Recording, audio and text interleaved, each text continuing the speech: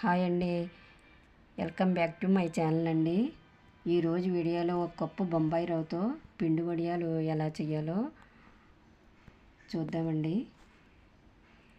ఈ వడియాలు ప్యాన్ కింద అయినా పెట్టేసుకోవచ్చండి, ఎండలోనైనా పెట్టుకోవచ్చండి. ఈ వడియాల్ని ప్యాన్ కింద అయితే 2 రోజులు పడుతుందండి ఆరడానికి, ఎండలోనైతే 1 రోజులో ఆరిపోతాయండి. వీడియోని ఎక్కడ క్లిక్ చేయకుండా చూడండి, క్లియర్గా అర్థమవుతుందండి. మై ఛానల్ని సబ్స్క్రైబ్ చేసుకోండి. నేను పెట్టే ప్రతి వీడియో కూడా నోటిఫికేషన్ ద్వారా మీకు చేరుతుందండి. నా ఛానల్ని సబ్స్క్రైబ్ చేసుకున్నట్లయితే ముందుగా 1 కప్పు బొంబాయి రవ్వ తీసుకుని 4 స్పూన్ల సగ్గుబియ్యం తీసుకుని మిక్సీ పట్టాలండి. బాగా మెత్తగా కాకుండా బరకగా మిక్సీ పట్టాలండి. తర్వాత గ్యాస్ వెలిగించి ఒక పాత్ర పెట్టి అందులో 8 కప్పుల నీళ్లు పోసి మరిగించాలండి. ముందుగా మిక్సీ పట్టిన బొంబాయి రవ్వని ఇలా నీళ్ళు వేసుకుని బాగా కలుపుకోవాలండి.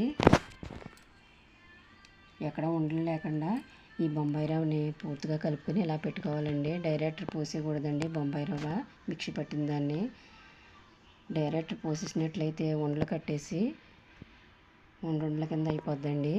ఇలాగే పోసుకోవాలండి.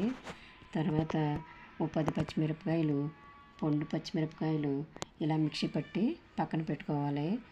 ఈ మరిగే నీటిలో 1 స్పూను జీలకర్ర, టేస్ట్కి సరిపడా ఉప్పు ఇందులో వేసి కొద్దిగా నీళ్ళు మరుగుతున్నప్పుడు పచ్చిమిర్చి పేస్ట్ చేసి పెట్టుకున్నాం కదా, దాన్ని కూడా ఇందులో వేసి మరిగించాలండి. ఉప్పు సరిపోయిందో లేదో చూసుకోవాలి. తర్వాత ముందుగా మనం కలిపి పెట్టుకున్న బొంబాయి రవ్వని ఇందులో పోసేసుకోవాలండి. మొత్తం నీళ్ళు 1 కప్పు బొంబాయి రవ్వకి 12 కప్పులు నీళ్లు పోసుకున్నట్లయితే కొలత సరిగ్గా సరిపోతుందండి.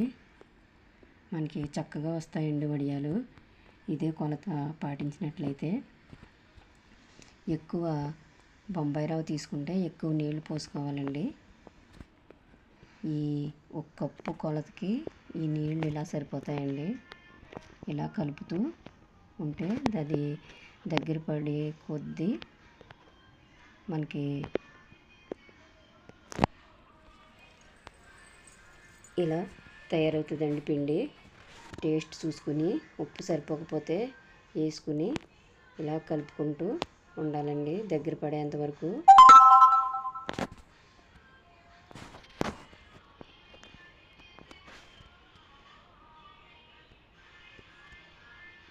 ఇది పూర్తిగా దగ్గర పడ్డదండి.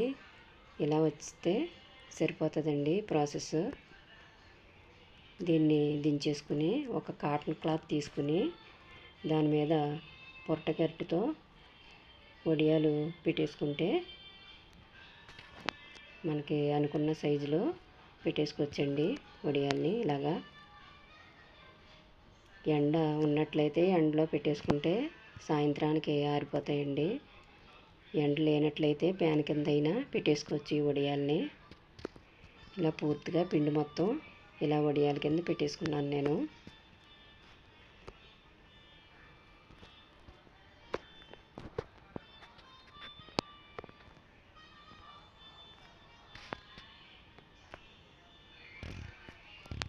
ఈ వడియాలు మొత్తం 200కు పైగా వడియాలు వచ్చినాయండి నాకు. కప్పు బొంబాయి రవ్వకేనే మొత్తం వడియాలన్నీ ఇలా పెట్టేసుకున్నాను నేను. ఇవి సాయంత్రానికి పూర్తిగా ఆరిపోయినాయండి.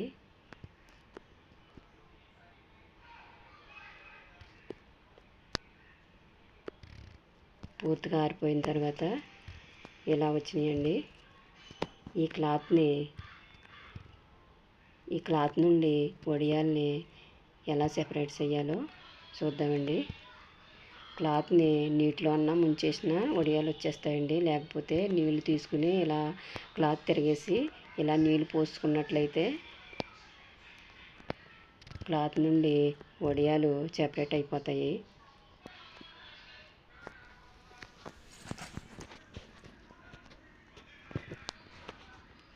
వడియాలన్నీ ఇలా క్లాత్ నుండి సెపరేట్ చేసేసుకోవచ్చు. నేను ఇలా సెపరేట్ చేస్తాను వడియాలన్నీ.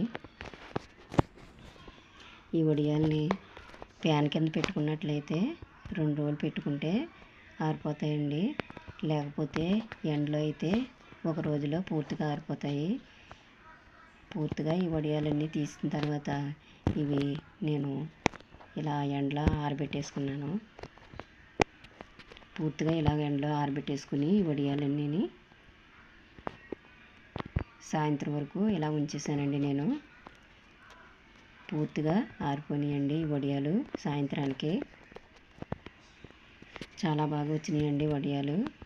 నాకు పప్పు బొంబాయి రవ్వకి ఇన్ని వడియాలు వచ్చినాయండి. చూసారా ఎంత బాగా వచ్చినాయో వడియాలు. చాలా చక్కగా వచ్చినాయండి. చాలా చక్కగా వచ్చినాయి. ఈ వడియాల్ని ఓ డబ్బాలో వేసుకుని స్టోర్ చేసుకుంటే మనం ఎప్పుడు పెడితే అప్పుడు తీసుకుని నూనెలో వేయించుకుంటే సరిపోతుందండి.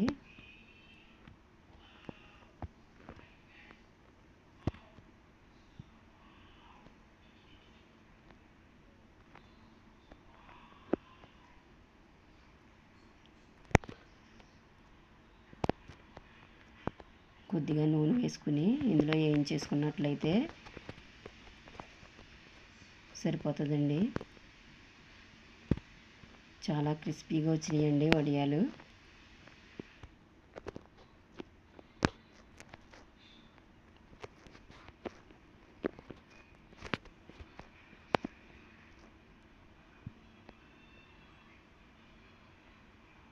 చూసారా వేయించుకున్న తర్వాత ఎంత బాగా వచ్చినాయో వడియాలు. పువ్వుల్లాగా విడిపోయినాయండి. ఒక వడియం తీసుకుని ఇలా చూస్తే చాలా క్రిస్పీగా వచ్చిందండి వడియం. ఇవి ఇలా స్టోర్ చేసుకున్నానండి నేను.